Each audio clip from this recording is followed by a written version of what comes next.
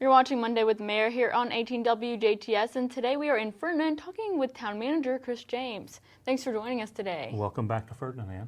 And I understand some applications are now open for the Leadership Academy. Yes, the 10th edition of the Du Bois County Leadership Academy will start up later this spring. I believe the 14th of April is our opening session, but we're presently taking applications for interested persons. They can email me directly, cjames@ferdinandindiana.org, and I can send the information out. I've already provided information letters and a copy of the application to many HR people through the region so they can kind of spread the word amongst their people because they're best suited for knowing who in their organization would be a good fit for the program. We've had some great projects over the last 9 years, and always looking forward to seeing what the next year's group comes up with. A lot of the easier projects were taken care of years ago, so now there's a little more brain power involved in figuring out what can we do as our capstone project.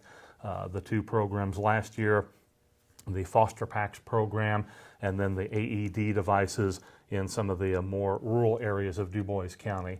Those were both directly through the Leadership Academy.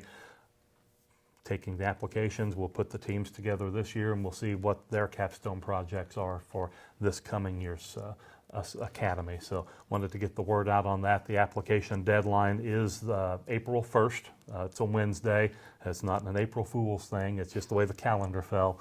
But we are taking applications through that time. So encourage anyone who has an interest in it, or if you're an employer who has someone you think would be a good fit for the program, contact me and we'll get the word out and get applications going and bring them into the fold, so to speak.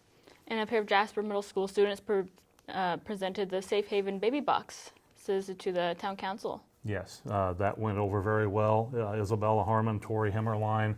I had the privilege of seeing their presentation in a more private setting at Memorial Hospital late last fall when they first were kind of figuring out, can this go forward and where would be the best place to put it. They had approached Memorial Hospital. Memorial jumped on the idea but didn't feel that they were the best location because one of the key aspects of the baby box is the anonymity of things, and the hospital has people coming and going 24/7. There's not really a time where it's quiet there, so they graciously deferred. It has to be in a location where it's a 24-hour manned site, whether it's a firehouse or a police station, something of that nature. Du Bois County does not have a full-time fire department anywhere, not Jasper, Ferdinand, or Huntingburg. We're all volunteer-based.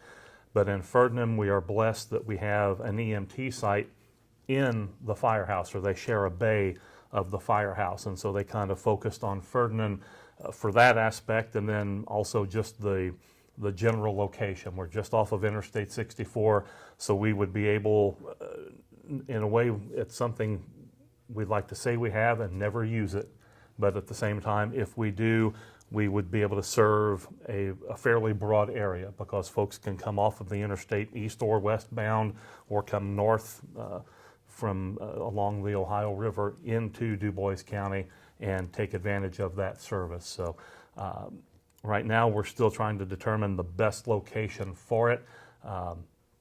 We're in the process of shifting the EMTs from their existing living space, if you will, in the firehouse into the back half of the Doc Thomas building that the town purchased about 2 years ago. And so we want to get them transitioned over before we install it, because we don't want to put it in one building and then have to move it to another one. And then there are some future development plans for a portion of that building, so we want to make sure where we're putting it isn't going to be right where this new addition would be. So there's still some logistics to work out with it, but Tori and Isabella did a great job at the actual council meeting. They've had a few more practice sessions or presentations where they are more smooth now with their presentation. They did a great job. You can tell they believe in the project.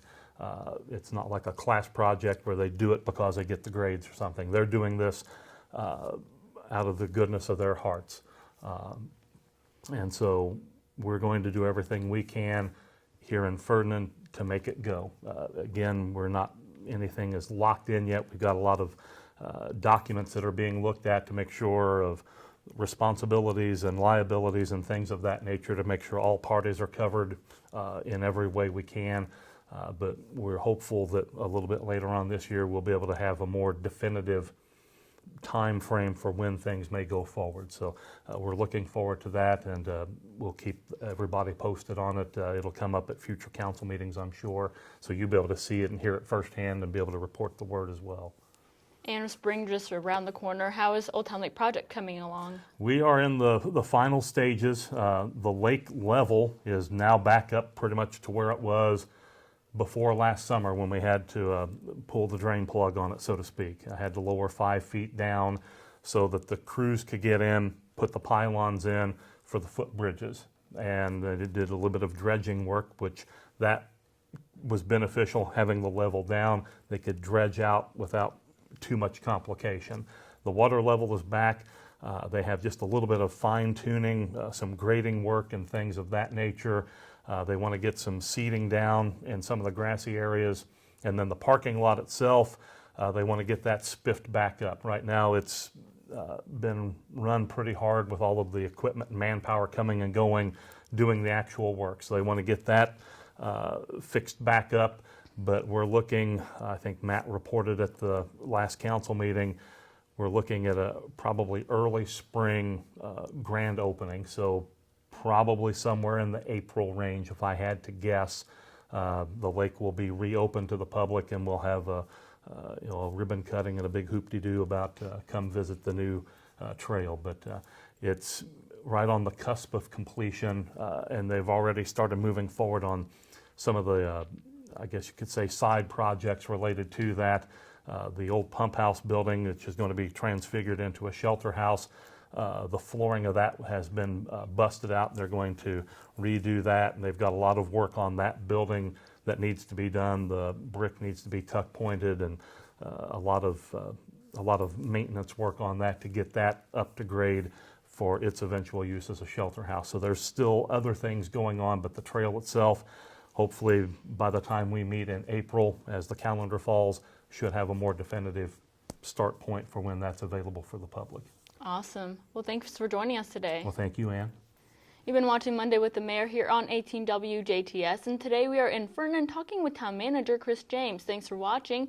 You're watching 18 WJTS, local people watching local people.